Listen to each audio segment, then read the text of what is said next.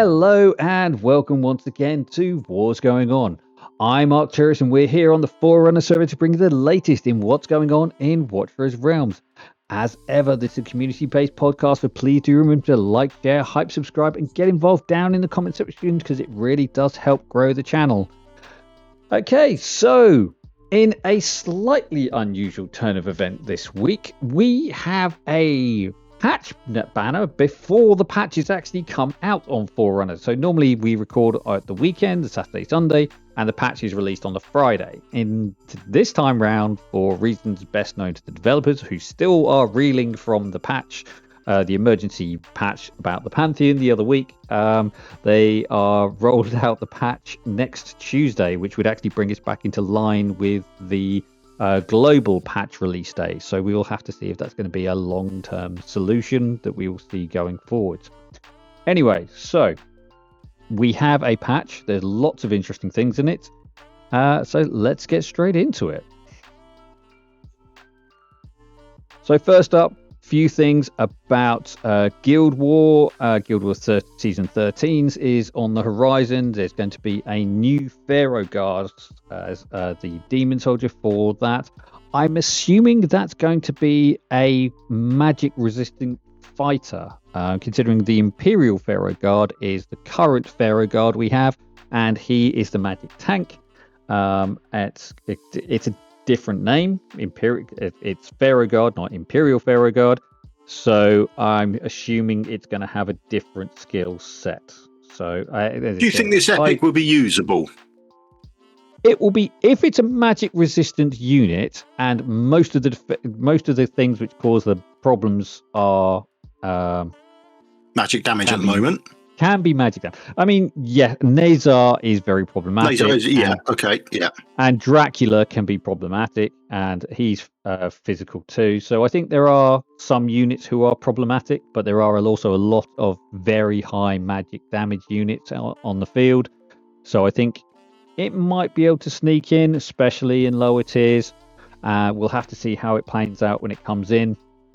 Because often these heroes look great on paper, but when they come to testing, they're not very good. As we found with the Frost Spearman from this season two seasons ago, who wasn't really very good. And I did try to use the this season's Demon Soldier, but I couldn't get them. For some reason, they didn't go invisible at low health. They just died. So I don't know. That was the issue I had with them. Yeah. Particularly now, a lot of people are using one tank. I thought we'll give it a go. We'll see how they pan out, but it just wasn't. I don't know. Just didn't seem to go the way I was expecting it to by any stretch of the imagination. No. Right, Season 12 Gladiator Gauntlet, all fun and games. We will bring you whichever low-budget skin they are giving us for Season 12 Gladiator Gauntlet as soon as we know. And they are adjusting Gladiator Gauntlet. They're going to reduce the number of times you can use each Demon Captain. Obviously, in Gladiator Gauntlet, you've only got 4 attacks if you're not a marshal, and so it does make it you can use Demon Captain attacks on most of the thing. But if, as a lot of people now kind of balancing between Mariath and Glacius for your attacks, it's still going to be enough to cover you off for all of your attacks. Okay. Yeah. So some key things. So a optimized visual and performance of result screen. When we know what that looks like, we will let you know. Now, this is going to be an impression one. So a lot of people who are currently in Tier A have been campaigning for this. I think the only people who have been campaigning for this are the very high Overlord teams because they feel that the bots are problematic and that they're skewing the results of battles. So now, bots are going to be restricted to lower tier GvG, tier B to GvG from season 13. So what happens now if people just put in like their top 5 players then? Then they'll get steamrolled and just and they will fall. I don't see how it would help. No, in lower levels, some guilds don't have enough players to go ahead, so they just put in, I don't know, half a dozen people. Now, if you can't beat those half a dozen, does that guild win? Now that you can't attack the bots? Well, no. So in Tier B, that will be fine. So in Tier B it will be, but in Plat 3 or Plat 2, for example, is that going to be an issue? Given that they're only in Plat 3, I don't think it's going to be an issue, because I think we don't generally. I think even on Forerunners with its reduced population, all of the guilds that we've encountered in Plat 3, who have been high enough for us to encounter in a Gladiator Gauntlet, have been fully populated. So it's not like we're seeing. That's not what we're seeing, but in my global account. We see guilds that don't have full members, so they just put half a dozen teams forward. Now, if you can't beat those half a dozen teams, but they can attack your full guild, and you've got weaker people out there, does that skew the results? I'm trying to think now.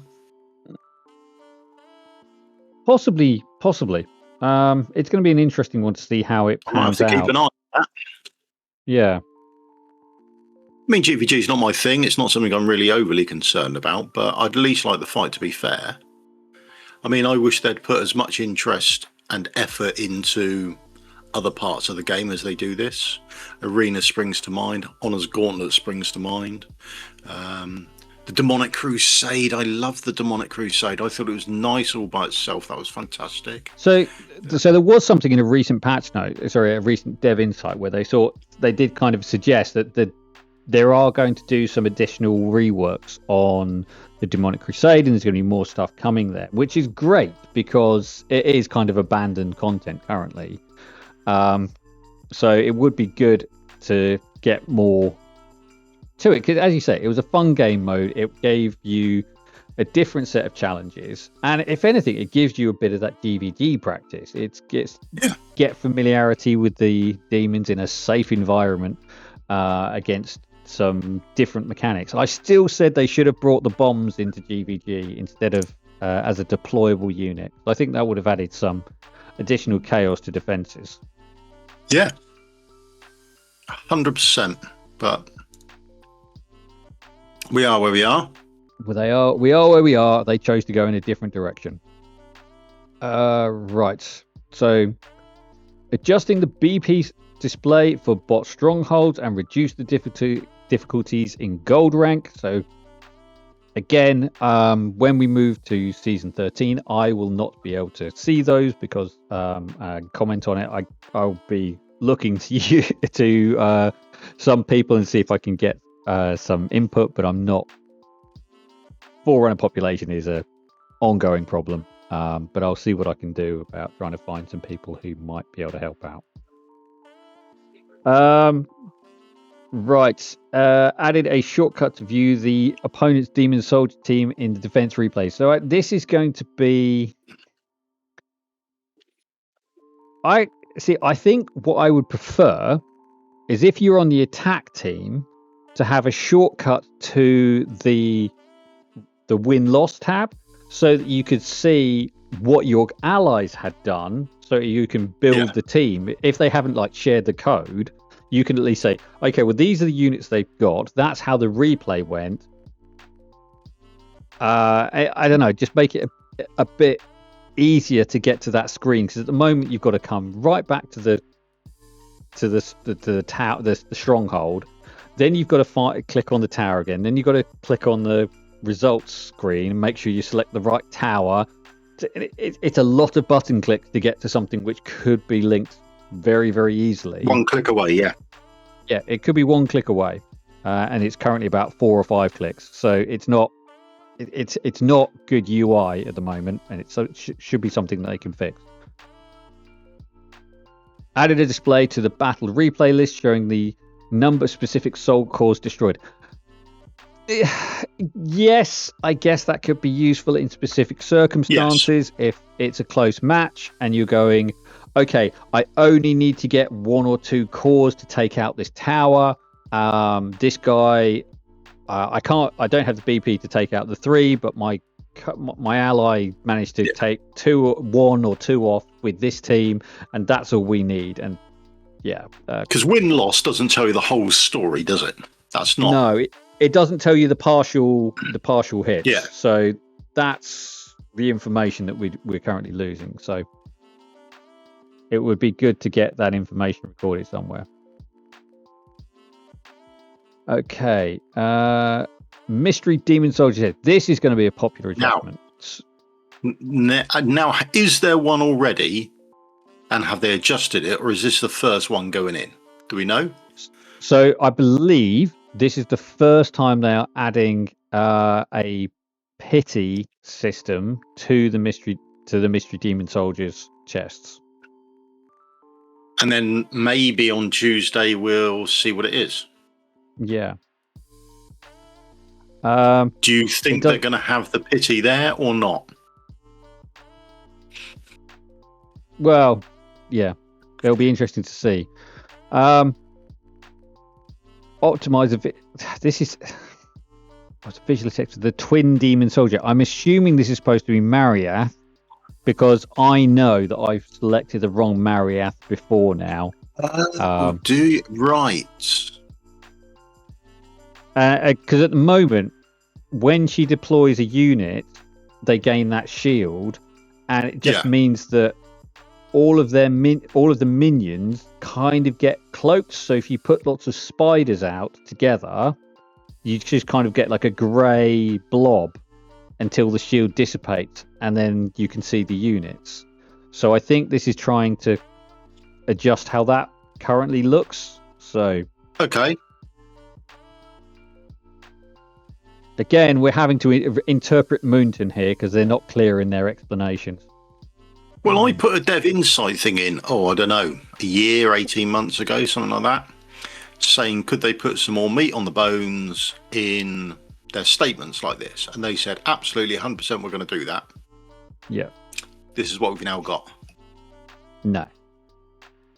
And fixed an issue where Mariath's active skill would fail to take effect during auto fight. So this is something which if you do a battle and you win and you'll use her ultimate, and then when you hit replay she doesn't use it and you lose. So this is going to be very, very important for players who are double tapping on a tower to try and push through and get the win there. So I think there's some potential for that to go to have beneficial results.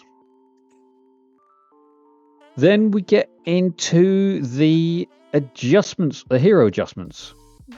So Astrael, the free fusion unit, who we had, they're basically bumping up his damage output. They're basically giving him... Not a bad thing. No, not at all. They're increasing... So he currently has a 30% chance to inflict deep bite on his talent, and then what they're changing is they're increasing that by a further 10%, so it will be 60% when shielded, as opposed to 30% all other times.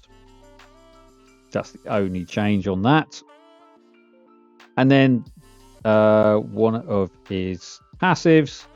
So this is his ultimate. So previously he could charge to an empty ground tile and do damage up to 5 enemies. After casting this, it's enhanced. Guarantees the next basic, becomes a deep bite. So they're actually giving him an extended range. This is nice. Yes, so he gets 4 tiles now instead of 3, and then also it's not the next basic attack; it's the next 3 basic attacks. They're the big changes in there.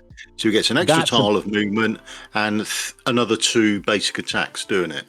Yeah, and the deep bites are quite powerful.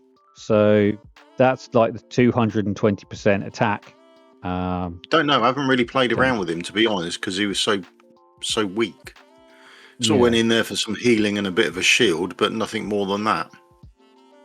So let's just open him up.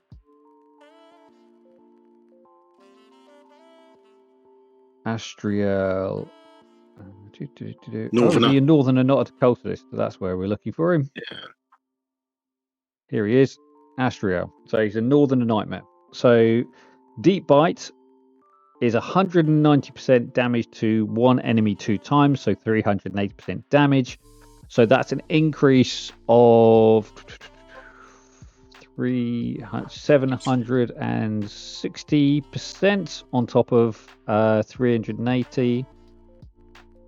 Yeah, 760%. So that's quite a big damage increase that you're going to get from him when he's triggering that ultimate.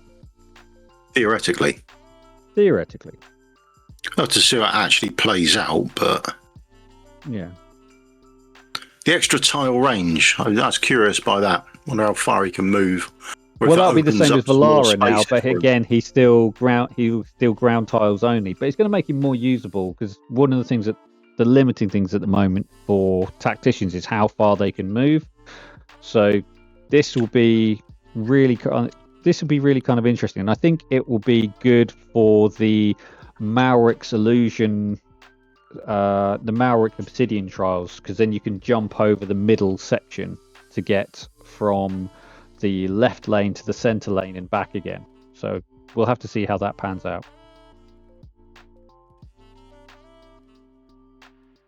And then he's got some other changes as well, hasn't he? Yeah, he does. His A1 has a change. So that was Crimson Embrace. Vampiric Aura. Okay, so this is another of his passives. So previously he granted a shield of up to 130% to himself and an adjacent ally, and then he would dispel all debuffs while the shield existed, grant an extra 10% interval decrease. So he speeds up his allies' attacks, and it lasted for 15 seconds. So now it's the same. It's going to be the same damage. Same shield strength, 130%. One adjacent ally, 15 seconds. Dispels all debuffs while the shield exists. Grants 10% attack interval decrease. And when applying the debuff, also increases shield. When he applies it to himself, increases shield strength by an extra 50%. So it increases 50%. His survivability. And this is the big one. So previously I said it was 760% damage increase on top of what his ultimate was already doing. Now each deep bite is going to be 220%. So each deep bite going as an increase of 30% on each one. So it's going from 380% to 440% for each instance of deep bite. Let's get those maths right.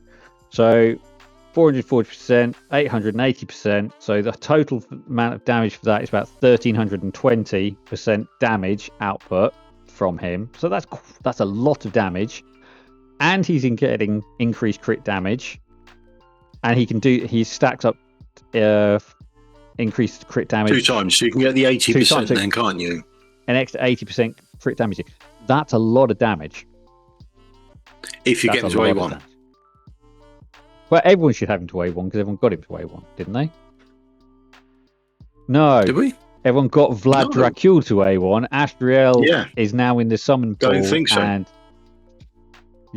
so he's now just a common unit. There he is. Little common unit.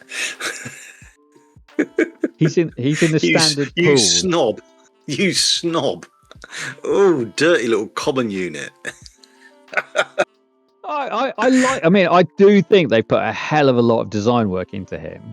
I mean, the light play is really cool. And the sort of the demon horse is really cool. So yeah, it would be nice to get more use out of him. Would be. I think he's got an interesting kit. It's a shame he didn't. I played him a couple of times. He never really made a great deal of difference. Will he get more playtime in Nightmare faction trials now and things like that. So, who knows? Yeah, I use him in the northern faction trials because obviously you have Glacius coming from one side and then he moves to another. Sorry, not Glacius. The fire demon coming from one side, then he comes from the other side. So I had him behind a tank and then I moved him round so he would face up and slap the tank in the face again. So yeah, it was just different ways of dealing with it. But now the next change. The next change, Sargak. Sargak is a really interesting one. So now he gets playtime anyway, doesn't he? He gets a lot of playtime. But so first are they pushing chaos in single target arena? Is this all part of it? I think there is. So they got the big Lord skill last time, didn't they? Because as a Lords go, if you've got Garn and you get Painter, put Garn in. I mean, he just accelerates Painter above every other Lord going. When I did some testing, he just makes your Primarch hit like an absolute freight train. Yes. So I'm just going to sort of remind us of what the Garn Lord skill is. So it increases faction members' damage and penetration based on their lost HP up to 60% and 20% respectively at 30% HP. Okay, so up to massive penetration buff, massive damage increase. So really, really nice. So going to Sargak. So Sargak is currently a very, very capable unit of dragging his HP into the floor because of his ultimate, where he drains his HP so very, very effectively at 10% per second, and he's got a 15-second ultimate. Although that's an asymptotic, so every time he's reducing its HP, it's adjusting its 10% of the current HP value, so it does slope. And then that will drain his HP through the absolute floor, and that has been known to cause him problems, especially in certain content where there are blast waves coming out from the enemies and he's got no way of surviving it. He's more survivable now, isn't he? I'm sure I read something. He's going to be more survivable. He's going to have more survivability because he's going to have 20% HP. You're going to be able to run him. Let's read through the changes and we'll talk about him in a bit. So currently 25% chance to trigger Blood Spear, inflicting bleed on the target. If he was already inflicted bleed, Blood Spear ignores 50% death. Great, amazing. That's changing to ignores 50% of their death and inflicts defense reduction on them. So they're going to take more damage from your next couple of attacks. So that's going to be really nice on them for bringing down big chunky units. And you've got penetration if you're running a Lord skill as well. Exactly. So again, you've got that 20% penetration from Garn's Lord skill already. And so that's another 10% reduction. So effectively 30% penetration if you get Blood Spear on them. So his ultimate changes from increasing attack by 45% and lasting up to 20 seconds to, first of all, he dispels he just cleanses himself. He self-cleanses now. Yeah. So that's going to be really interesting. During the ultimate, becomes immune to debuffs. So you're going to be able to use him in certain other content. Consumes 10% of his HP when HP is above 25%. So he's going to cap out at 25% HP rather than having 0.1% HP by the end of the battle. He's going to have 25%, all things being even. Increases attack by 35 to 45%. That's the same. And again, lasts for 20 seconds. Yeah. Next is his attack speed increase. This used to cap out around. Now, because his health continued to drop and his attack speed continued to increase over the course of the battle, I always basically assumed that there was a 99% health decrease, and so the maximum you could ever get from him was a 990% speed increase on him. Now, let me just check check my notes on this, because I did calculate it. It's 1,125 is going to be his new speed increase. There we go.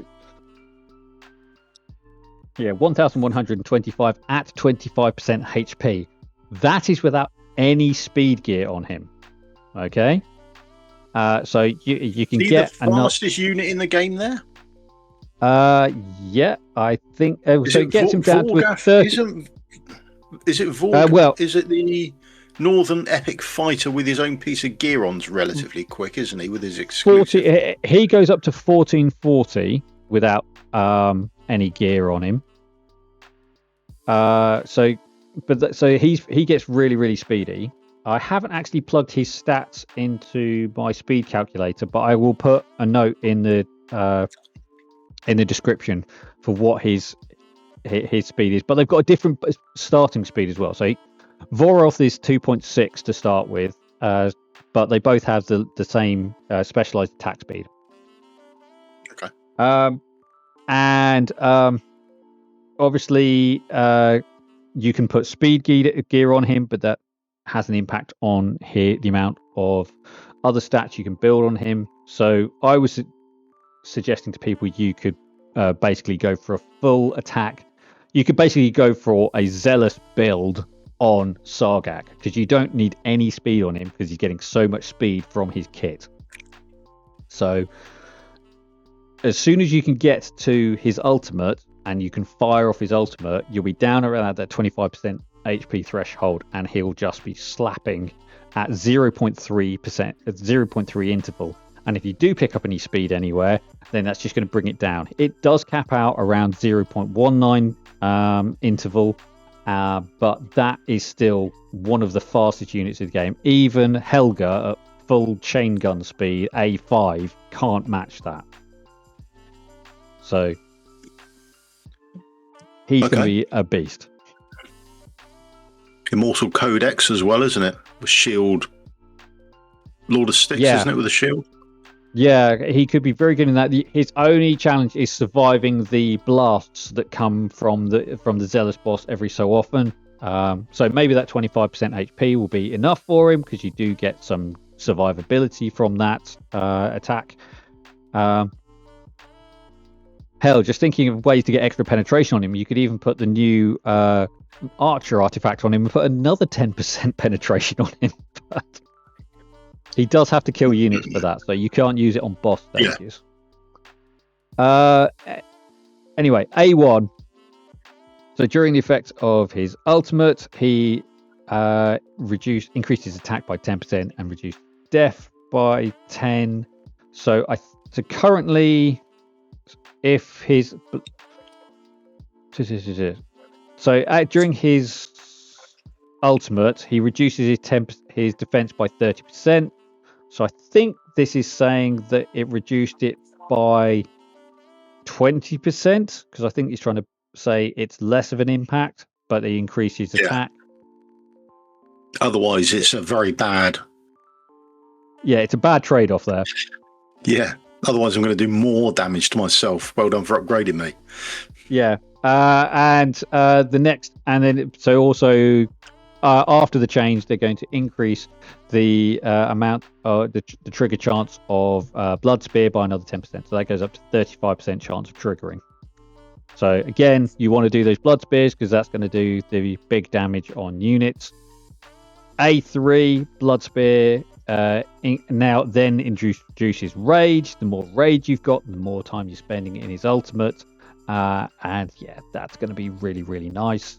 A4 is fantastic. They should do this on everyone. A4 is amazing. So again, you're getting more penetration on this unit. Yeah, so this any unit that's got crit rate as an awakening, just change. Do all the heroes in a oneer. Yeah, they don't need it. Yeah, definitely don't need it.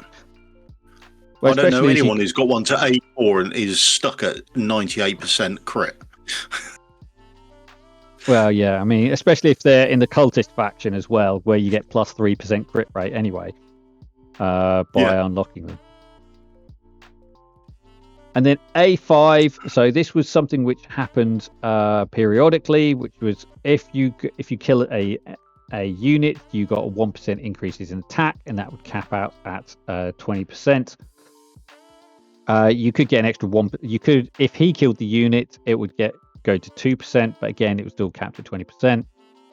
So now it's a 4% increase if your unit dies, an extra 4% if he kills it, so that's 8%, and that's capped at 24. So it's still kind of limited. It's a slight increase. Yeah, that's not going to affect me. No, it's not. It's not going to affect me either. Mine's A1, but so I'm relatively. I think he's going to be really, really interesting to play with. Let's just get him up on screen. It's always interesting to talk about the heroes with in the background. So, just a reminder: the Blood Spear. What does Blood Spear do? Blood Spear. Doesn't say. What are you after? Hello? The debuff that is Blood Spear. What does Blood Spear do? It doesn't say what Blood Spear does. He just inflicts Blood Spear. Inflicts bleed, I guess.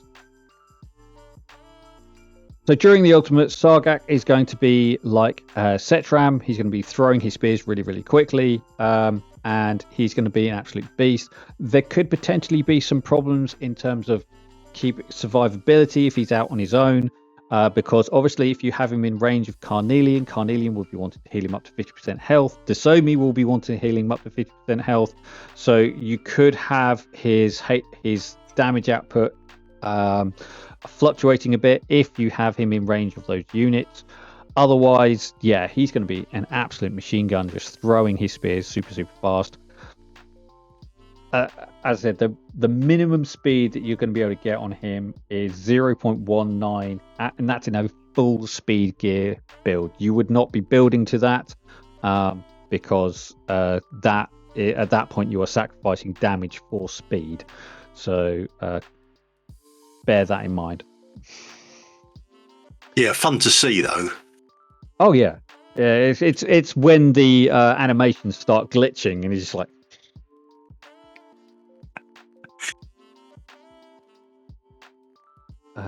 But could be a fun experiment. Fun experiment, yeah.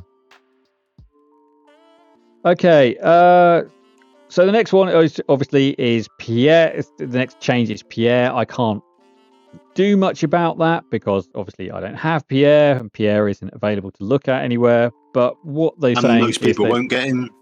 Yeah, probably not. Changing the names of summoned units in certain languages. So I guess there was obviously a translation issue. Fixed an issue where the Prismite Malachite and Prismite Cobalt failed to trigger. Okay, this is obviously something which came from test server testing. Certain edge cases, so there were some weird scenarios where it wasn't happening. And fixed an issue where the ultimate minion, this is the Prismark, which is his big purple blob that does the damage, could not deal splash damage to invisible enemies. Well, let's hope they don't fix that for Malric and Valara get done by being invisible, because I'm sure some people would be disappointed if that got fixed. The downside to him, or one of the downsides, is they don't show how many paintings he's got above his head for you to use to summon your minions, which is a bit of a blow. I did see using Wukong today that Wukong has started showing what percentage increase he's got, how many stacks he's got in his Sunder. So it may be something that they introduce in the future. Still waiting on Ivard, Moonton. Anytime. So they've done a good job with recent ones, haven't they? Yeah, they have done a really good job with recent ones. Ever since they brought in the visible stacks for Lucius, they've been making a real effort to make sure these things are more visible. So it's a real shame when they don't introduce it with a new hero to make it. It's just such a good quality of life thing. Ezareth, minor change, adjusted descriptions of some skill effects without changing the actual effects. Great. Not going to tell us what those changes are, but they've made changes. Modified the description of the A5. The actual effect remains unchanged. And fixed an issue Brilliant where... change. This one coming up, Hattie. Hatssut. This is awesome. Not invisible for 0.1 second. Yes, because you couldn't deploy her in Gear Raid 3 21 plus because the big eye would just kill her on deployment. Yeah, see her and boom, and going, oh, hang on, what's the point? Yeah. That's been a bug for, years now. What's that, 3 years now, isn't it? Yeah, since she came into the game. It's Get in. That's good news. Massive quality of life. For those of you who like PvE content, they are introducing the Abyssal Rift stages 5 through 8, which is currently located in Chapter 8 of the campaign. I still haven't done those. Why there? Why there? That's a strange place to introduce stuff, isn't it? Well, it's weird because it's just 4 stages, but they've been hanging there for absolutely ages with a coming soon. So it's good that they're going back and they're tidying them up. I'm not sure the next one classifies as new content, but it is a new achievement. A Conqueror 5, clear stage 24 in all 3 gear raids, and you get 1 legendary hero packed Conqueror. You get 1 legendary random hero from a selected pool. If I get crashed, I will uninstall the game. Be interesting to see what those heroes are. It will be interesting to see what those heroes are. Whether you will be able to see that before it's released, before you claim the reward, or whether you just get... What normally happens on these selected hero packs is you claim the thing and then it just gives you a hero and you don't even know necessarily what you're going to get. Right. Guild War Elite. So claim rank rewards for platinum or higher in Guild War 1 time. And then you get a legendary faction demon soldier choice chest. And you can choose from the Frozen Cleric, the Emberfire Templar, or the Spectral Skeleton Archer. So that's the Ice Mage, who is very, very good at freezing tanks, and he's got really good range. You've got the Fire Tank, who reflects incoming damage, or the Skeletal Archer. Now, I've seen some really interesting plays with the Skeletal Archer, so he's a very good choice. Emberfire Templar is another really good choice, a very, very strong unit. And the Frozen Cleric is amazing because he's got CC resistance built into his kit at level 5, so he becomes really capable. A lot of playtime with the Frozen Cleric freezing up tanks and getting dogs to run straight past them. Oh yeah, he's absolutely great for that.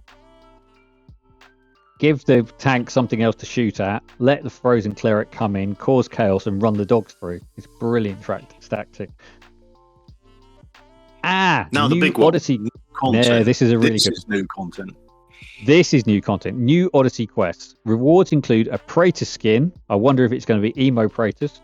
Init Soulstones. Odyssey exclusive music camp. Soulstones in it. In it.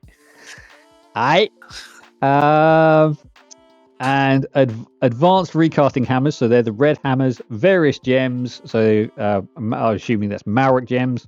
Summoning crystals and more. So that's really, really good because it always gives people stuff to work towards. It helps your account progression. I hope none of them are going to be stupid blockers like they were in the arena previously.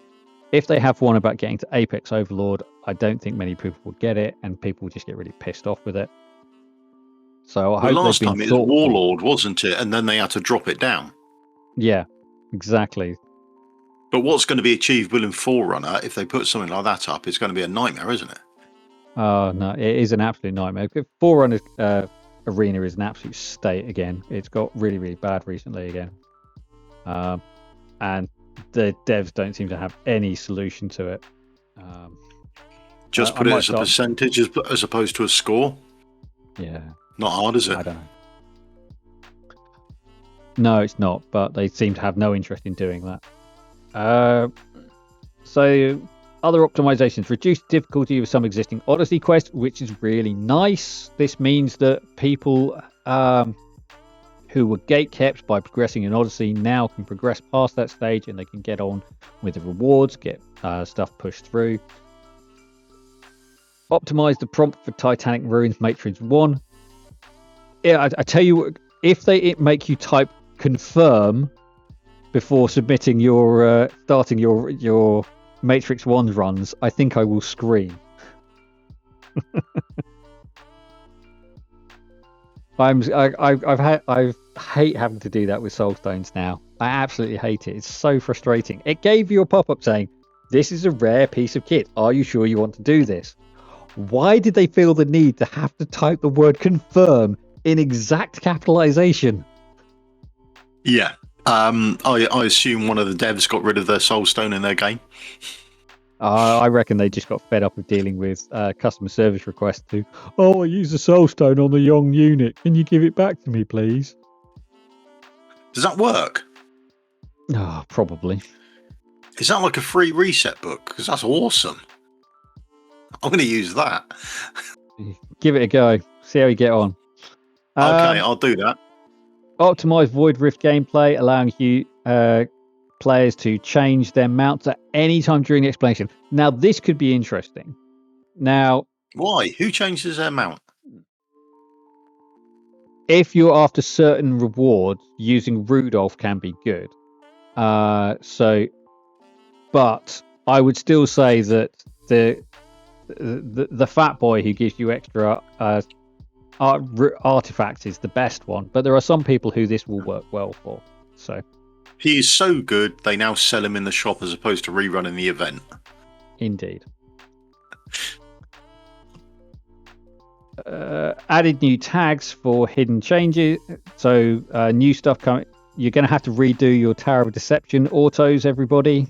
This is what happens when they add auto features, that they're going to make you redo it every so often. Added you think that's how it works? Yeah. Added new tags to boss stages.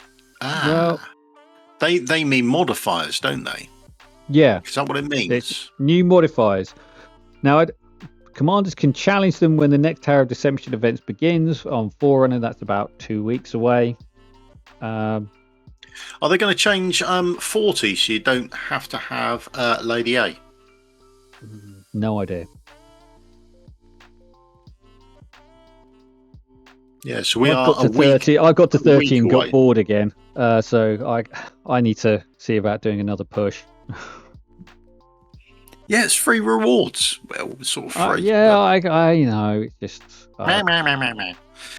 Well, I've been too busy pushing Matrix and getting 166,000. So now I've done that. I can go back and do Tower of Deception. So.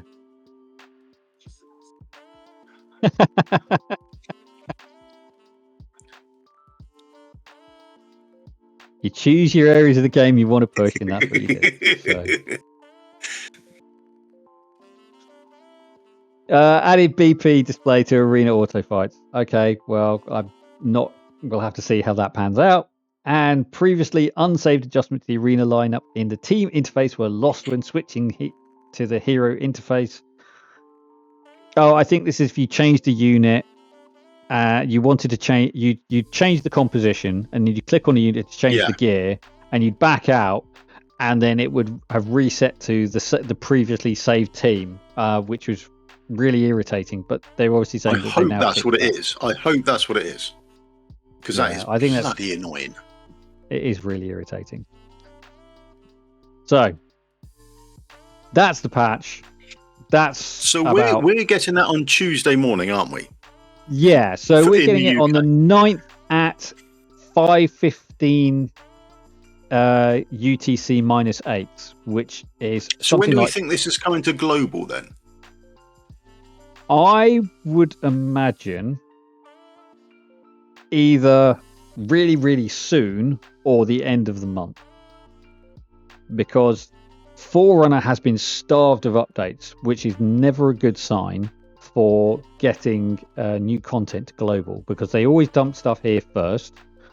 Obviously, Guild Wars Season 13 is a long way off on global. You're only about 3 weeks in. Where's my global account? Let's have a quick look. Where are we in Guild Wars? Oh, yeah. It's the end of the 3rd week. So there's 5 weeks to go on global. Yeah. So does that what you think it's 5 weeks away for global? Is that No, so they can find out how many because of the Odyssey what will quests are a happen nightmare? is they're going to release these new units. It could even be next week. I mean, the developers give no indication of update frequency, update roadmap to players. So we're all in the dark.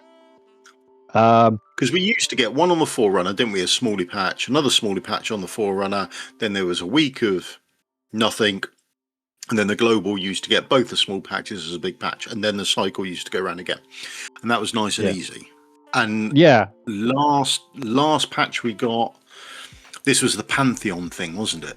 Caused a disaster. Yeah, we've had like a Christmas Day patch. Then we had one in early January. And then we've not had anything all through January other than the one where they roll back the Pantheon changes. And then we got one on the Saturday morning. Let me just double check. Notes.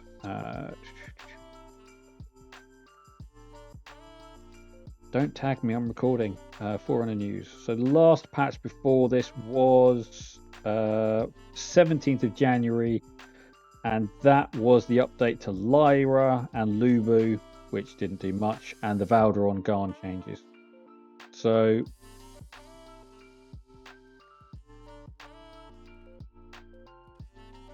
that was a big patch. Yeah.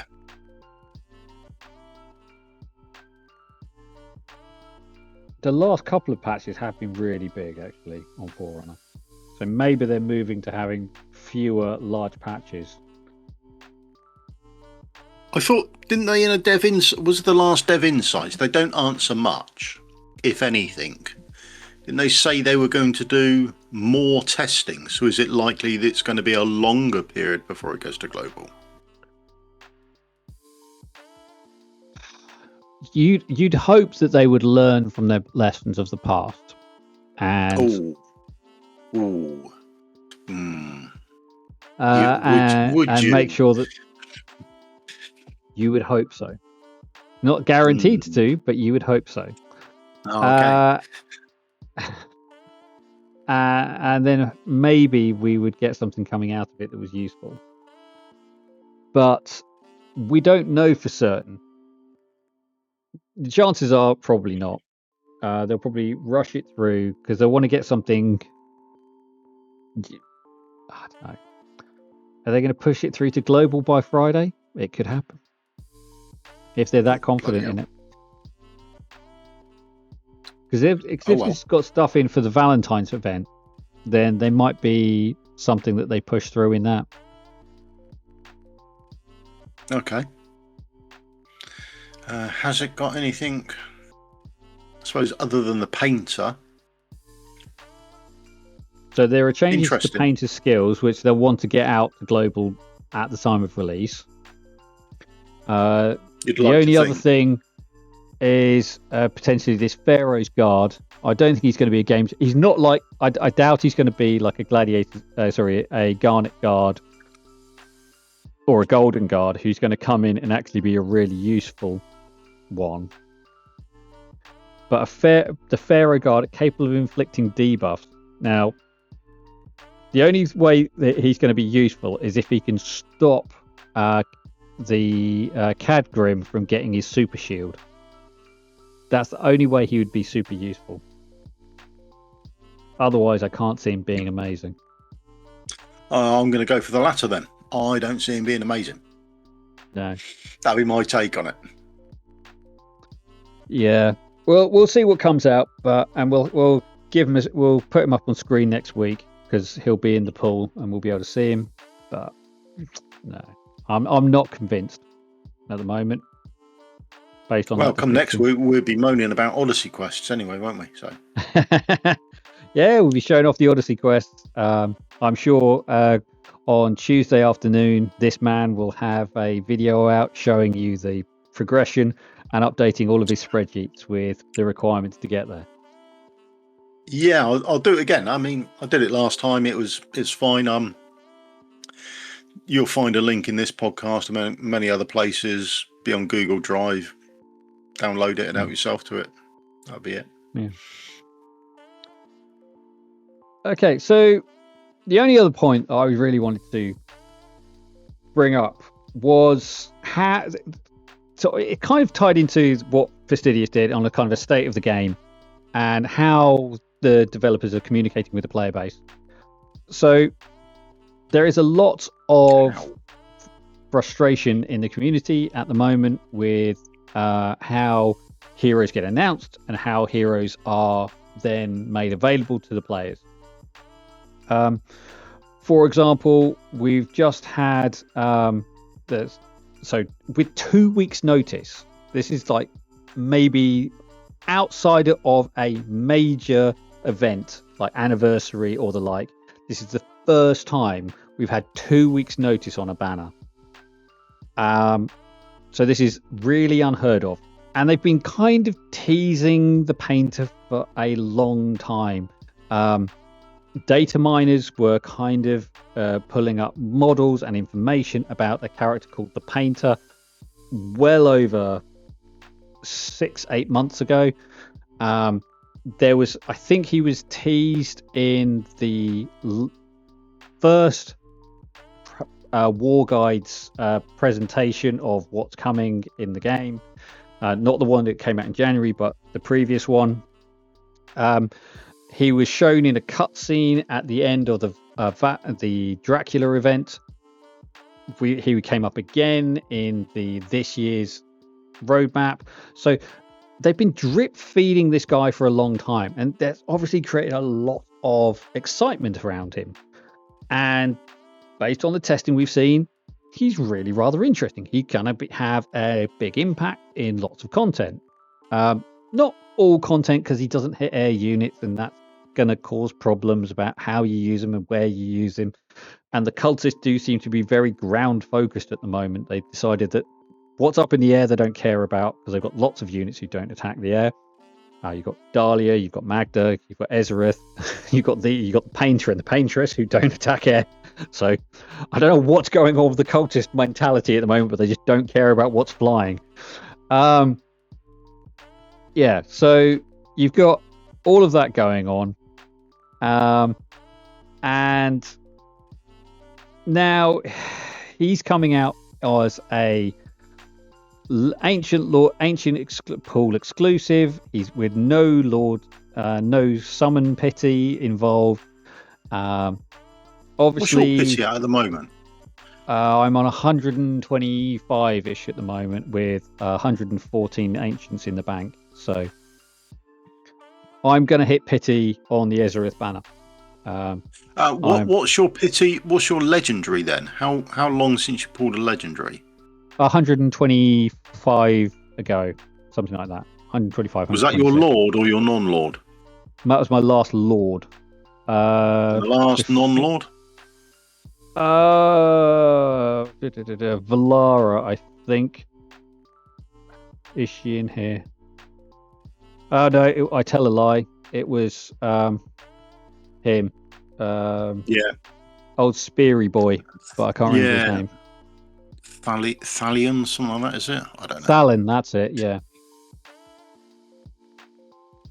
Who I haven't really skilled up, but there you go. So that was at Christmas, basically. So how far is he then? So he is, let's go back then. 55 days, so that's 20, quite a 30, lot. Well, it's less than 300 summons, isn't it? So if you go, it's probably easy to go in this direction. So that's what? 5, 8, 11, 14, 18, 17. Yeah, so 32, so 260-ish. 260 and 250-ish. growing between legendaries. Between non-Lord legendaries. Now, Lord legendaries, I've done really well. I've had Lyra, I've had Rivenhald, I've had Morrigan, so... Yeah, all right. Dick. Yeah, well... Look at me. Yeah, well, you get unlimited resources on the test server. You can have as much fun summoning as you want. I mean, this is my hard-earned cash. On a server where I'm playing with a increasingly shrinking population. I mean, come on, throw me a bone. I'm gonna have something. Well, I wish some of the population in the Apex Overlord would go. Oh, yeah. Yeah, that is a real problem. They don't seem to care about fixing it either. Anyway,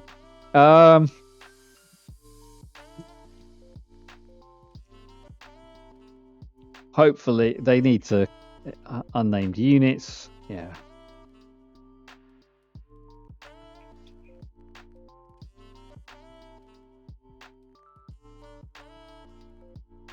Anyway, so I there's a lot of people who've been quite excited about this unit one way or another. There's been a lot of information come out a long time in advance before the banner, and there's a lot of people who won't get him, and that's like hurting the community.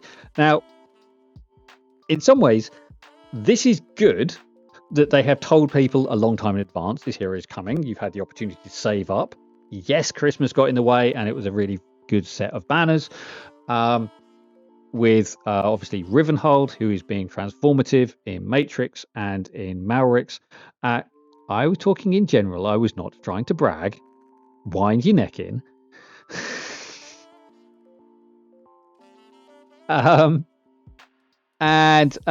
So basically, so in terms of communicate, so a lot of really spicy banners of Lyra, Rivenhald, really, really good. And then you've got, this makes a change from how units are often announced, which is they arrive on the test server. People like this gentleman get a very limited window to do some testing in a very specific window, and then it's on the banner the next week, that Friday. And it's the tear between the two different styles of marketing unit, marketing product.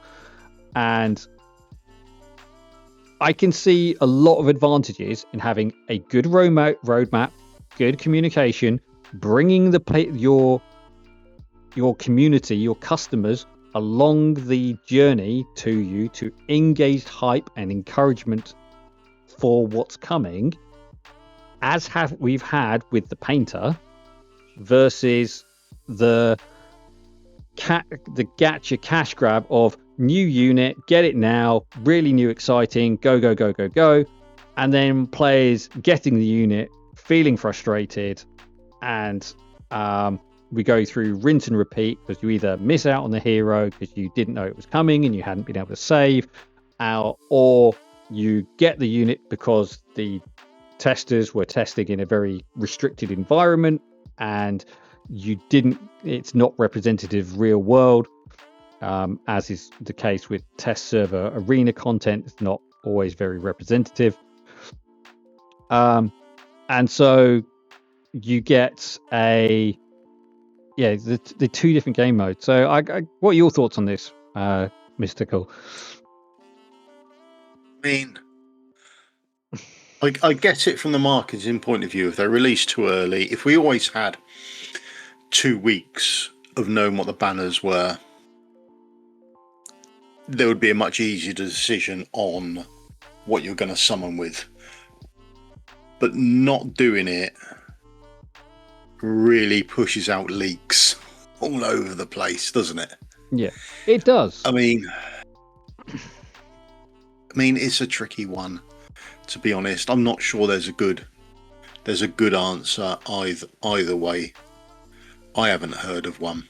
I wish they hadn't leaked him so much. The issue I have with him isn't so much that he's been leaked, it's the fact that he's just a legendary, and there's still no pity with legendaries, which means if you don't need the Lord, do you summon for him anyway? Because what you're counting on is your Lord Pity, and you know there is a Lord Infernal, isn't it? A new Infernal Lord coming? Is that the one they put on the roadmap? There's a new Infernal Lord coming. I have today heard rumours of a new Chaotic Lord coming as well. So do you summon on a Lord that you've already got because you want Awakenings on Ezareth, and you might get the Painter, or do you not summon at all and go, well, actually, I know there's a Lord coming round and I don't want to blow my Lord Pity on a hero I've already got? I think that's kind of the decision that everyone has to make at any given moment, unless you're buying thousands of pounds or dollars of ancients every time there's a banner, and that is that you? Is that you on the banners? No, not me. I'm a minor dolphin. I maybe spend 50 quid a quarter on summons. I'm not spending masses and masses amount every time there's a banner. If there's a good event or I'm particularly hunting a unit, I might buy a pack, but most of the time I'm not spending vast quantities of money. These 114, they're basically all earned in game. They're not as a result of spending money. Yeah, that sounds about right. I think I'm at about 111 or something like that. Something like that. So, yeah, but I don't know. I might have a cheeky temple, but will I pull more than that? I don't know. But then I don't know when the next Infernal. I don't know when the new Lord is coming. Yeah. So I mean, that's always a tricky question. Yeah, I mean, I've got two. I've got both of the current Lords for Infernals, so a new Infernal Lord isn't that exciting to me as a faction.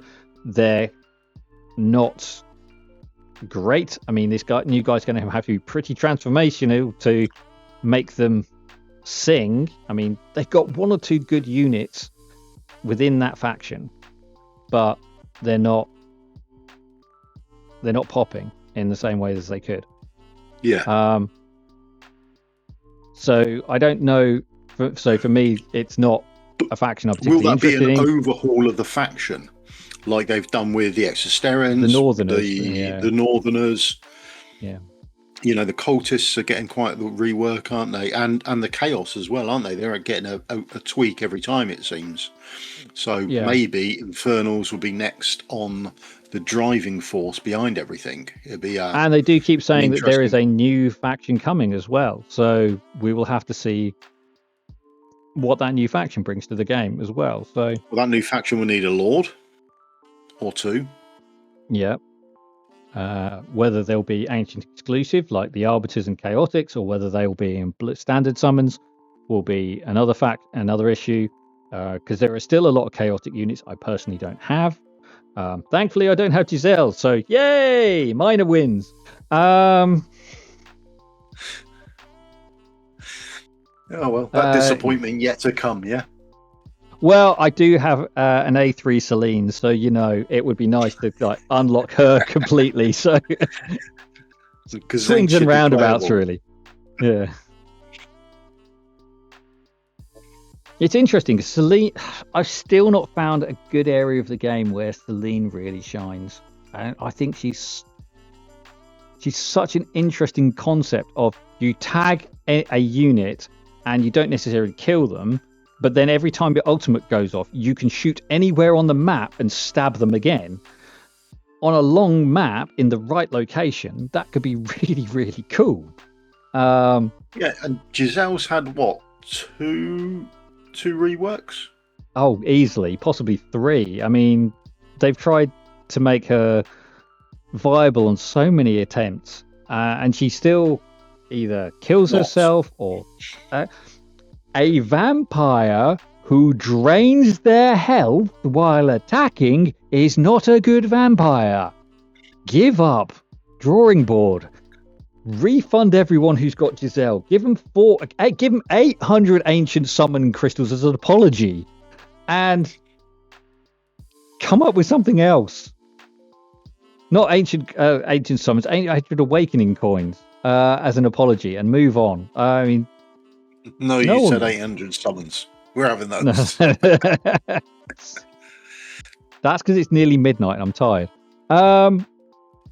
Yeah, so I think that there's some things they could work on improving. I do think that the advanced notice of the banners has been good. I think players are excited for these new heroes.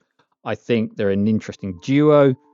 But yeah, we'll have to see what the developers continue to do, whether this is a special for these two units and we're going to see more banners with recycled heroes and then a drip feed of the next heroes coming, which I think a lot of players would like, because again, it gives people the opportunity to say, actually, I'd like some awakenings on this hero and then chase banners. Because for me, Beelzebub is a really nice choice to Beelzebub Nazar. It's an amazing banner that is going to encourage a lot of people to go for.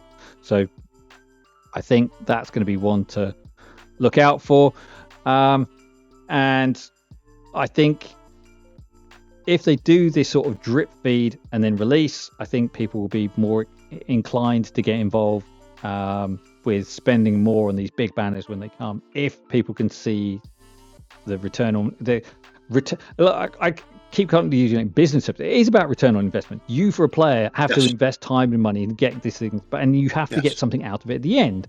And at the same time, the developers have to put the time and development into building these characters so that they get the money back from the thing. So it's a two-way street. And if you just constantly push heroes on a fast cycle, players get burnt out because they can't make good decisions, or they feel that they've made the wrong decision, and then they give up, get frustrated, and move on, and then gachas die. So we've got to get this right fundamentally to have a long life in your game, or you end up with a massive pool of heroes that you can't get the heroes you want unless it's on a select your own hero banner, and then you get a 20, 30, 40x opportunity to get the hero you want. So I don't know.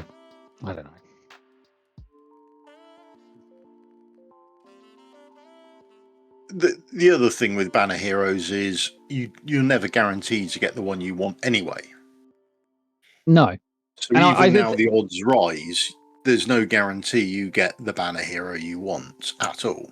I mean, I did a lot of summoning for Rune Hollow and got a lot of copies of Malvira. So.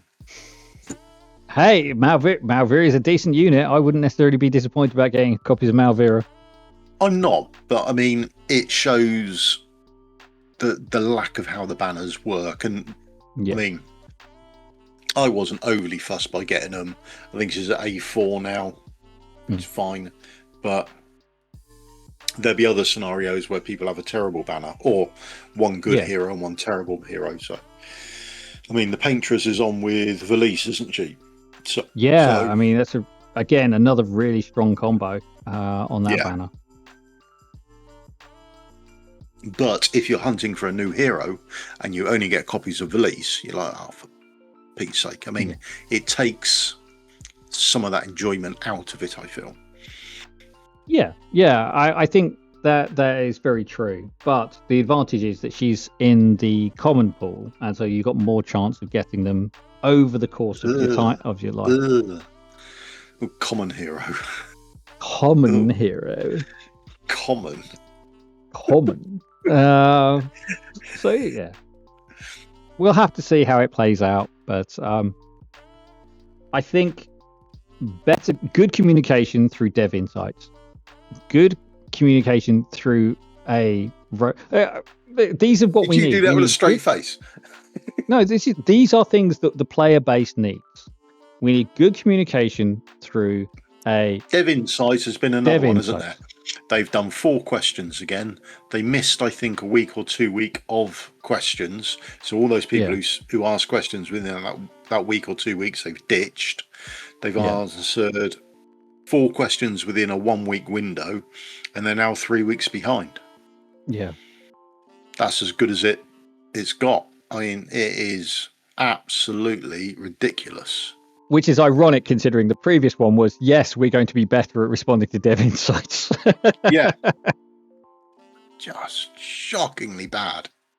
Yeah. I mean, I don't know what's happening. I mean, they could at least put something out to say, look, we don't have the manpower to actually do this at the moment. We're going to close dev insights down for a while, give it 2 months, and we'll have it back up and running again. Fine, can deal with that. Just tell us, for crying out loud. Yeah. So, good dev insights, a clear and up-to-date roadmap with more detail about. Look, I'm a project manager. I understand there are moving goalposts. There's a lot of things happening in the background. You've got sprints to try and get your software developed and get it pushed through the various approvals to get stuff out. But as a player base, as a customers have to know what to expect and when to expect it. Or at least set an expectation of you'll get an update on this cadence. So that, again, people can plan. People know what's coming. People know that you are engaged in the game. And yeah, people have banged this drum and keep banging the drum over and over and over again. Do something about ancient non-lord pity, because you can't keep dropping super powerful heroes in this pool and going, well, just spend more, because people will get pissed off and leave. Even your whales will get pissed off and leave. And once your whales leave, the game dies. So you've got to come up with something. Maybe it only triggers once per banner to stop people abusing it. But I don't know. You've got to do something, because otherwise people will just give up on this game. Mystical, any final thoughts?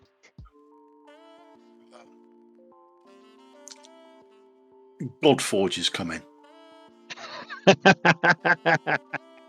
And I don't mean change your game to go and play Godforge, but it offers competition. Now, with competition, maybe they will have to raise their bar a little bit and do a little bit more. I mean, I was happy when Raid got some competition, because I was hoping that Raid would have to do a bit more. I mean, I left Raid and started playing this because I found it better than Raid. I found it less predatory. So competition, I think, works. And with more games coming into the genre, maybe competition is what this game needs. You see, granted, I'm not. Works I think slightly differently. I from what I've seen of Godforge, it's more of a raid competitor than it is of a direct competitor to Watchers, because it's another squad-based attack. As opposed to a tower-based, whereas this is more tower defense. Arc Knights. Yeah. But I have to say, Arc Knights Enfield is a very different game from Arc Knights, and I'm thoroughly enjoying it. But that's by the by. Yeah, so they are different. But I mean, I left Raid to come and play this. It's not a world apart that people will leave this to go and play Godforge. I don't think. So it is, and it come down to how much people enjoy the mechanics, how much people feel that the summoning is open and transparent about access to all heroes, and what the overall impact will be. Yeah. So I think that's Wars Going On, and we will see you all in the next episode. Bye-bye.